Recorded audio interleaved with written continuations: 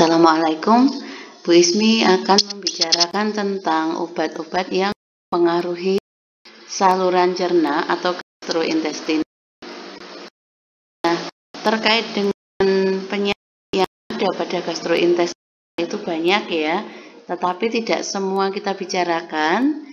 Nanti beberapa diantaranya adalah gangguan asam lambung, kemudian gangguan motilitas dan aliran air. Nah, ini adalah gambaran umum yang kita semua telah tahu bagaimana susunan saluran cerna.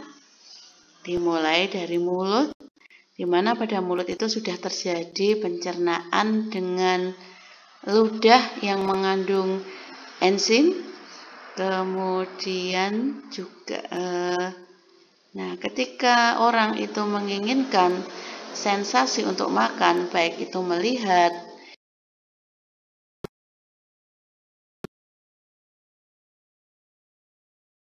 sistem otak itu sudah terbentuk suatu mekanisme untuk mempersiapkan diri dalam proses mencerna atau makan, begitu ya. Sehingga ketika kita membaui makanan, melihat makanan, baik langsung atau melalui gambar, nah kemudian diperintahkan oleh otak tersebut untuk membentuk atau menghasilkan suatu asam lambung pada sini ya. Makanya kadang-kadang kalau mendengar suara gitu ya tentang makanan, oh di sana ada mie ayam enak gitu ya. Nah, kadang-kadang lambung ini sudah merespon, sudah tergerak lambungnya untuk minta diisi makanan tersebut, begitu. Jadi sistem pengaturan produksi asam itu tidak sekedar dari makanan, tetapi juga dari persepsi. Itu sebabnya ketika kita berpuasa, ketika diniatkan untuk tidak makan, maka munculnya persepsi untuk makan itu pun juga akan ditahan. Nah, ini tadi lambung begitu ya. Setelah di lambung, dia akan masuk, ini gambar besarnya ya, ada sphincter pyloric. Nah, kemudian dari sphincter pyloric ini masuklah ke duodenale atau usus 12 jari. Selanjutnya masuk usus halus.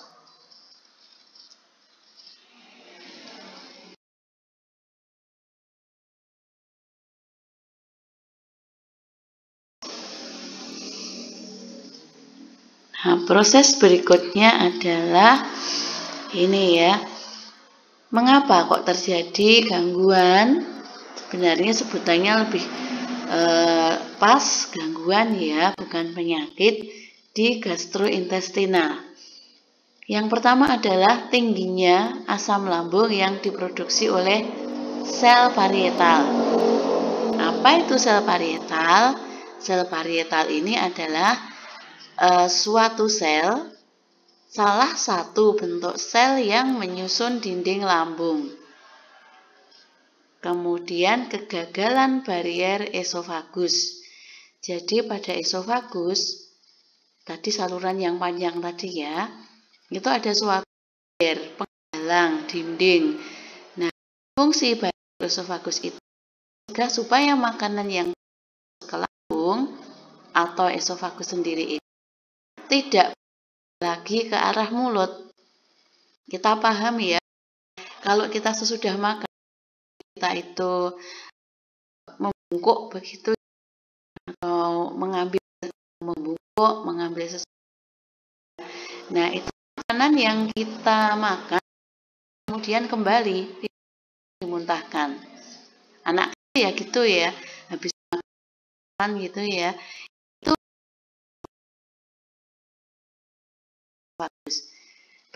bagus ini bisa saja gagal. Nah, bentuk gagalnya apa?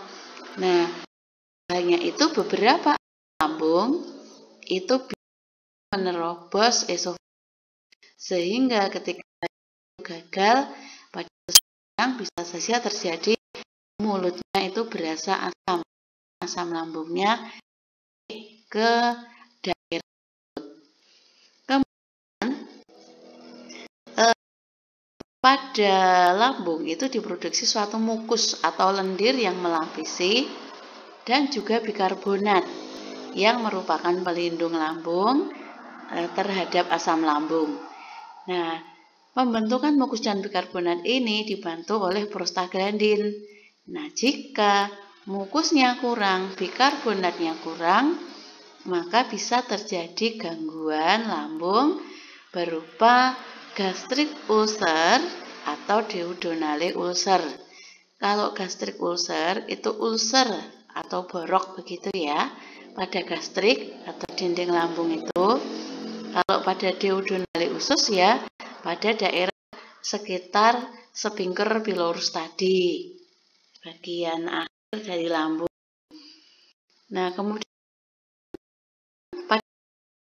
bisa terjadi karena aktivitas bakteri yang namanya Helicobacter pylori.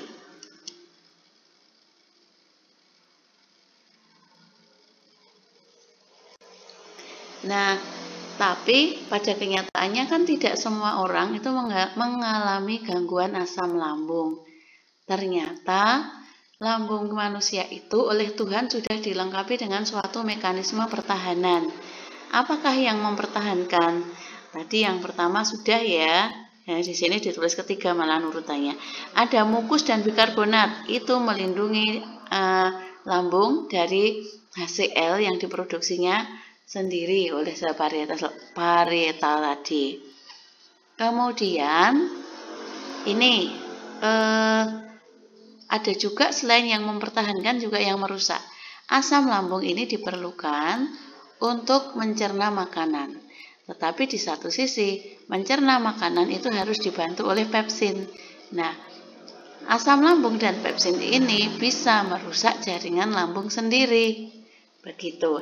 Tetapi lambung tidak rusak jika dilindungi oleh mukosa dan bikarbonat. Nah, apalagi yang bisa merusak lambung? Ternyata ada obat-obat OAINS, obat antiinflamasi non-steroid, samifenamat, piroxicam, natrium diklofenak, dan sebagainya ya. Aspirin, alkohol, itu bisa juga merusak dinding lambung. Mengapa? Karena produksi prostaglandin dalam lambung itu sedikit. Untuk apa? Prostaglandin dalam lambung membentuk mukus dan bikarbonat. Begitu. Jadi beginilah mekanisme pertahanan asam lambung. Dari faktor-faktor yang sudah Bu Ismi sebut tadi, ada faktor agresif, faktor yang merusak. Apa itu? Yang faktor internal adalah asam lambung dan pepsin tadi. Yang faktor eksternal apa? Yang dari luar, bahan iritan. Ada obat, ada alkohol, ada makanan yang merangsang, misalnya bahan pengawet dan bahan tambahan makanan lain ya dalam jumlah yang berlebihan. Terus kemudian juga Helicobacter pylori, bakteri yang hidup di lambung. Namun demikian, penyeimbang yang diberikan oleh Tuhan itu juga ada. Apa itu? Lapisan atau mukosa lambung yang utuh. Nah, kemudian yang enggak rusak ya. Kemudian sudah dilengkapi oleh Tuhan bahwa dinding lambung, mukosa itu ya, regenerasi, ganti gitu ya. Yang lama diganti dengan yang baru itu setiap 1-2 hari sekali. Jadi baru terus gitu ya. Nah, kalau darah kan juga regenerasi, tetapi kan 120 hari. Kalau mukosa lambung hampir tiap hari itu ganti. Kemudian produksi bikarbonat. Kemudian aliran darah. Aliran darah di lambung itu membawa sari makanan sendiri, glukosa U2.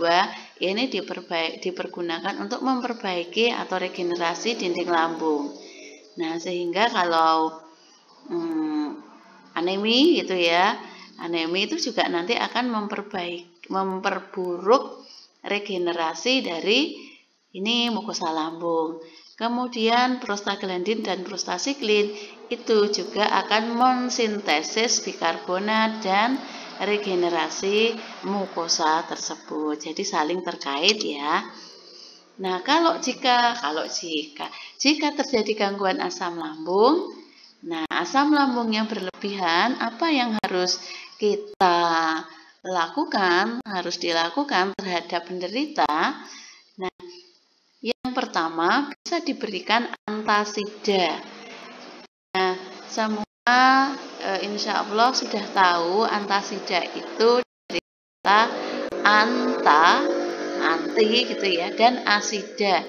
Asida itu asam, anti atau anta itu melawan ya. Ini antinya itu bahasa Inggris ya, bukan bahasa Arab ya. Nah, meniadakan asam. Bagaimana cara meniadakan asam? Dengan cara menetralkannya. Nah, kalau sudah menjadi netral, maka pH dari isi lambung itu akan naik. Ini gambarnya naik. Yang awalnya pH-nya itu 1, 2 menjadi pH 3 atau 4. Kalau di dalam rongga lambung pH-nya bukan 7, tetapi sekitar pH 3 gitu. Nah, kalau pH-nya sudah diturunkan, sifat proteolitik dari enzim, sifat korosif dari asam itu akan berkurang sehingga dinding lambungnya tidak rusak. Apa saja yang termasuk golongan antasida? ALOH 3 kali, salah ya. Kemudian MgOH 2 kali, magnesium hidroksida. Itu termasuk antasida yang sangat sering kita jumpai. Reaksinya tahu ya, ALOH 3 kali ditambah HCl menjadi nanti AlCl3 dan H2O netral gitu ya. Asamnya netral, terus antasidanya ini juga berubah menjadi zat lain, AlCl3. Sifatnya larut, nanti dibuang bersama feses begitu. Kalsium karbonat. Kok kalsium karbonat bisa ya untuk menetralkan asam lambung? Ya bisa ya. Nanti karbonatnya ini bereaksi dengan HCl gitu. Kan biasanya untuk suplementasi kalsium. Iya, itu ya. Jadi memang bisa gitu. Hanya antasida ini kerjanya sangat pendek, hanya 20-40 menit. Begitu. Nah, kalsium karbonat ada yang kurang menyukainya. Kenapa? Nah, nanti bisa melepaskan CO2. CO2 ini ya, bisa menyebabkan kalau keluar dari atas jadi sendawa. Tetapi kalau dia nggak bisa ini ya bersendawa, tahu ya, gitu. Nah, kalau nggak bisa bersendawa, nanti tetap di dalam gasnya tetap ada di dalam saluran cerna, itu bikin begah ya, mual itu. Dan kadang flatulen itu banyak gas di dalam usus itu, kadang kayak mencret, kadang sering buang gas. Nah, ini kan mengganggu orang lain begitu ya. Ya walaupun ganggunya ya nggak ganggu amat gitu ya, tapi cukup membuat tidak nyaman itu. Nah, kemudian yang disukai itu yang warnanya merah ini, kombinasi magnesium hidroksida dan Al hidroksida, karena selain sedikit diabsorpsi, nah itu juga kombinasi ini ternyata saling menguntungkan. Nah, Al hidroksida ini memperlambat pengosongan lambung. Nah, akibatnya kalau hanya diberikan aluminium hidroksida saja, ALOH 3 kali saja pada antasida itu, penderita atau pasiennya itu bisa konstipasi. Tadi sakit asam lambung, setelah minum obat jadi konstipasi ya, gangguan BAB gitu. Nah, tapi kalau diberikan MgOH, magnesium hidroksida, ternyata sebaliknya laksatif, dia bisa saja mencret gitu ya. Tadi asam lambung setelah diobati malah mencret begitu. Kan repot ya. Nah, sehingga dikombinasi sifat dari keduanya ini, muncullah kombinasi antasida seperti yang kita lihat pada banyak sediaan antasida, termasuk antasida Doen itu ya. Mereka gabungan antara Al hidroksida dan Mg hidroksida. Nah, ada juga yang dikombinasi dengan simetikon. Simetikon itu kata lainnya dimetilpolisiloksan.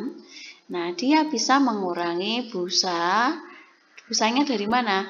Ya dari asam lambung itu. Asam lambung itu cairan apa gas, tapi dia campur dengan cairan nanti kadang-kadang membentuk busa. Gitu. Kadang ini yang membuat lambung menjadi berasa penuh. Gitu. Nah, sehingga pada antasida itu kadang hanya aluminium hidroksida dan Mg hidroksida tanpa simetikon, ada juga yang ditambahi simetikon. Begitu. Kapan menggunakan antasida? Prinsipnya pada saat asam lambung tinggi. Untuk apa? Untuk menetralkan asam lambung tersebut. Kapan itu? Bisa 1 atau 3 jam setelah makan, atau pada saat perut kosong sebelum makan gitu ya, dan sebelum tidur. Begitu. Kok sebelum makan kenapa gitu? Nah, sebelum makan itu sih boleh saja ketika seorang penderita itu merasa perutnya penuh karena HCl itu ya. Nah, sehingga supaya nggak penuh lagi, HCl-nya bisa diteralkan dengan antasida. Begitu. Jadi nggak usah berantem sebelum atau sesudah makan. Yang penting pada saat asam lambungnya banyak, gitu nggih. Nah, kemudian tadi kan antasidanya bekerja 20 sampai 40 menit. Nah, lalu bagaimana? Gitu ya. Nah, supaya daya kerjanya nggak bolak-balik minum obat. Kalau puasa Bu Ismi gitu ya. Nah, ada obat lain yang daya kerjanya itu lebih panjang. Apa itu? Ya, itu obat-obat golongan H2 blocker. Kalau di film itu H2 blocker ya gitu. Atau antagonis reseptor H2. Kerjanya bagaimana? Mengurangi, ini menurunkan ya maksudnya ya, menurunkan sekresi asam lambung. Nah, merupakan pengobatan pertama penyakit asam lambung karena aman. Nah, ini bahkan untuk kalau tadi antasida itu kelompok obat bebas ya, lingkaran hijau, H2 blocker itu ada yang sudah masuk lingkaran biru atau obat bebas terbatas. Contohnya adalah famotidin. Sudah ada kombinasi antara antasida dan famotidin. Mereknya nanti lihat saja di ISO ya. Nah, karena Bu Ismi tidak disuruh promo. Nah, simetidin dosisnya 200 mg. Dosisnya bisa 2 kali sehari. Ranitidin bisa 2 kali sehari. Atau famotidin bisa 1 sampai 2 kali sehari. Untuk famotidin bisa saja 1 kali sehari ya. Nizatidin kurang sering dipakai ya. Jika pengobatan hanya 1 kali sehari, pilihannya adalah malam hari sebelum tidur. Kenapa? Karena asam lambung paling tinggi diproduksi pada malam hari. Sekitar jam 11-12 begitu ya. Itu. Tapi kalau penderitanya mau puasa ya ini ya sebelum sahur ya gitu. Kemudian kerjanya menghambat produksi asam lambung dan berkompetisi dengan histamin pada reseptor H2 yang ada pada membran lambung, yaitu pada sel parietal. Kemudian mampu menekan asam lambung hingga 12 jam. Mengapa? Karena produksi asam lambung itu turun bahkan sampai 70%. Rutenya ada yang suntikan, ada yang tablet. Ini ya, ini gambarnya bisa mencapai kadar puncak plasma itu mulai dari 1 jam. Kadar puncak plasma itu gini ya. Nah ini kadar puncak. Sesudah itu dia mendatar lalu dia akan turun begitu. Nah, kapan obatnya itu bisa memberikan efek terapi? Mungkin pada saat sudah di sini. Jadi untuk memberikan efek terapi itu nggak harus pada kadar puncak. Nah, sehingga dengan kata lain belum 1 jam itu sudah bisa menunjukkan kerjanya gitu. Cepat diekskresi melalui ginjal, sehingga hati-hati pada penderita yang fungsi ginjalnya sudah menurun. Nah, selain H2 blocker, ada obat lain yang digunakan untuk mengatasi kelebihan asam lambung. Siapakah dia? Yaitu obat-obat kelompok proton pump inhibitor atau PPI karena bahasa Inggris ya. Kalau senang bahasa Indonesia ya tinggal dibalik saja, IPP, inhibitor pompa proton gitu ya. Nah, kalau ini kerjanya itu lebih kuat lagi daripada H2 blocker. Karena dia bisa menurunkan produksi asam lambung hingga 80-95% ya. Gitu. Caranya dengan menghambat pompa. Contohnya omeprazol, lansoprazol, pantoprazol. Bentuknya granul. Kemudian granul ini akan dibuat kapsul, granulnya salut enterik. Jadi kenapa kok salut enterik? Ternyata si omeprazol dan teman-temannya itu dia rusak oleh asam lambung. Bukannya kerjanya mengobati asam lambung, Bu Ismi. Iya, tapi dia nggak tahan asam lambung, sehingga itu bekerja dalam sel. Tidak seperti antasid berinteraksi ke depan lalu salaman, saling menetralkan, saling memaafkan.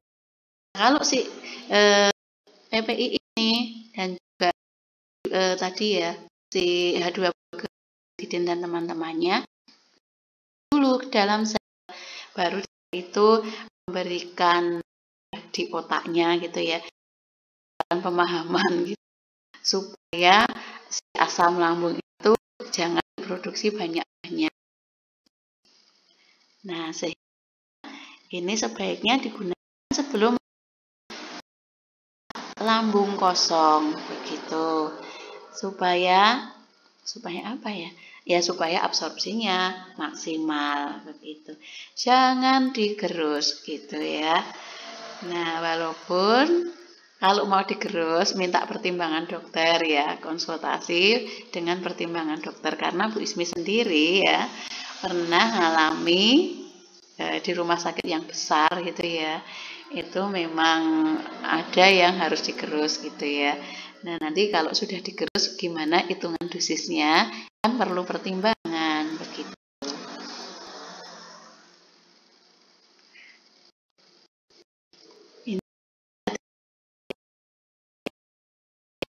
Besoknya Anda bisa baca, nanti bisa dibuat catatan.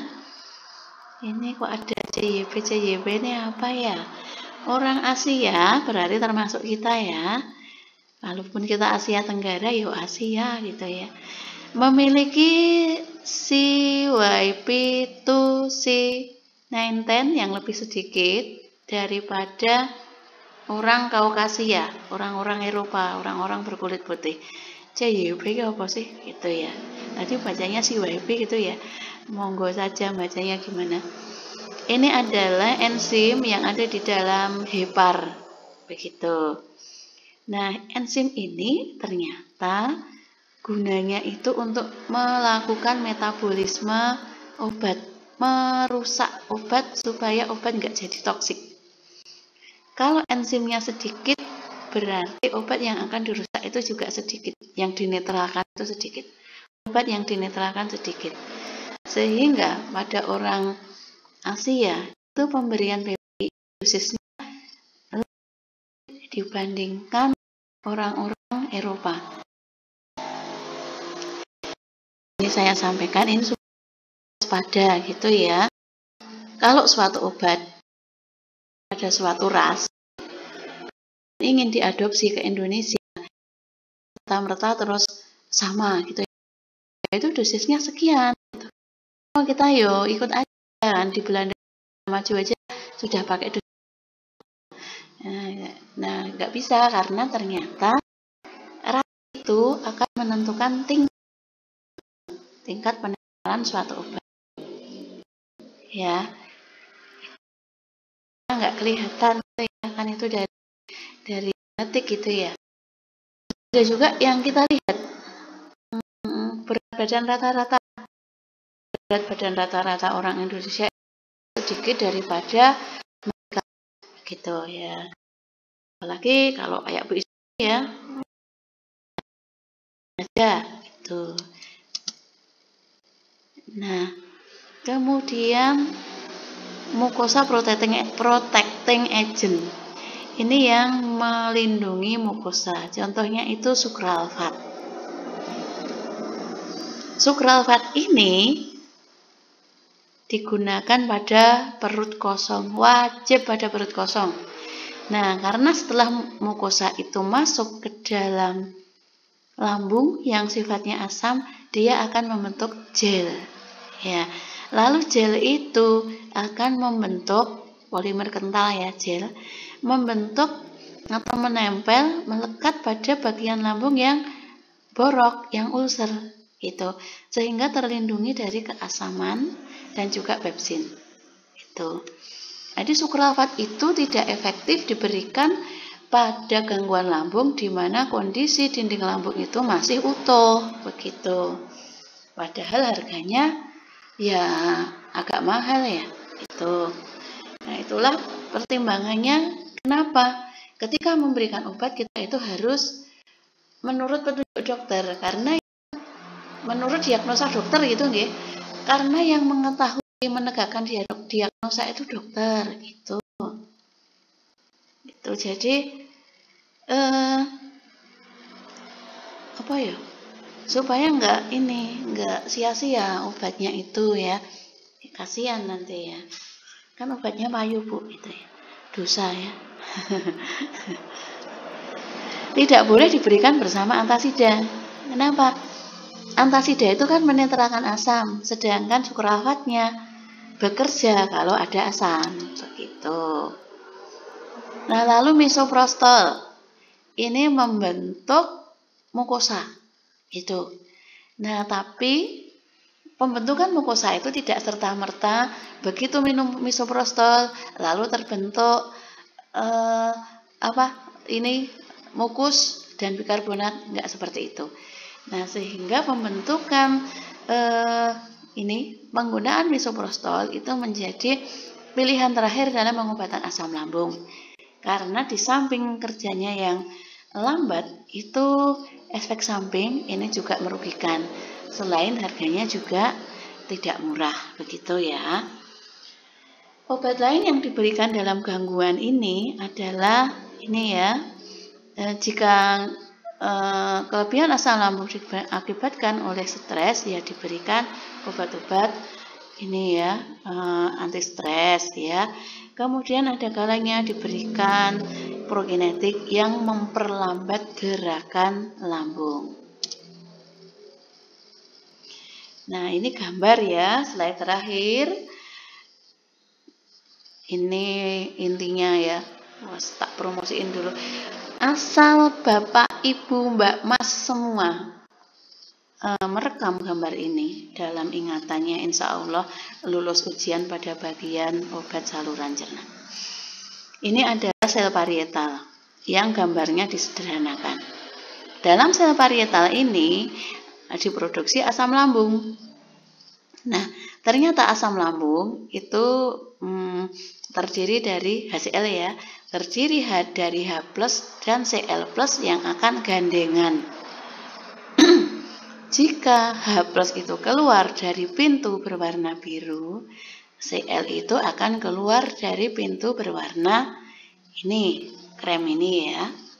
Kemudian mereka akan ketemu menjadi HCl. Jejer ya, gandengan tak terpisahkan. Nah, HCl ini berada di dalam rongga lambung. Nah, digunakan untuk apa? Untuk mencerna makanan. Tetapi jika kelebihan, jumlahnya terlalu banyak akan merusak dinding lambung ini sendiri. Nah, supaya ini dikurangi produksinya, harus dinetralkan. Oleh siapa yang menetralkan? Oleh antasida. Sehingga antasida tanda panahnya di sini. Nonton ya. Nah, jika antasida ini kerjanya tidak memenuhi karena terlalu pendek, bisa diberi H2 blocker. Sehingga H2 blocker itu kerjanya di sini, mengeblok produksi H dan juga mengeblok produksi Cl. Harusnya yang dipanah 2, di sini di biru dan di krem ya. Tuh, sehingga asam lambungnya ini tidak dikeluarkan. Itu. Nah, seperti itu ya. Tetapi ada juga cara lain, yaitu dengan menutup pompa dari HCl ini. Jadi walaupun ini ada pintu, ada pintu HCl ini, pintu ini hanya bisa dibuka manakala pompanya ini diaktifkan, dipompa, dia baru bisa keluar gitu. Nah, siapa yang bisa menutup pompanya? Yang bisa menutup pompanya adalah IPP, inhibitor pompa proton atau PPI begitu. Nah, seperti itu ya. Semoga menjadikan kita lebih paham dalam pemberian atau terlebih edukasi gitu ya, KIE, komunikasi, kemudian informasi dan edukasi kepada klien, pasien atau penderita yang kita layani. Semoga bermanfaat. Wassalamualaikum warahmatullahi wabarakatuh.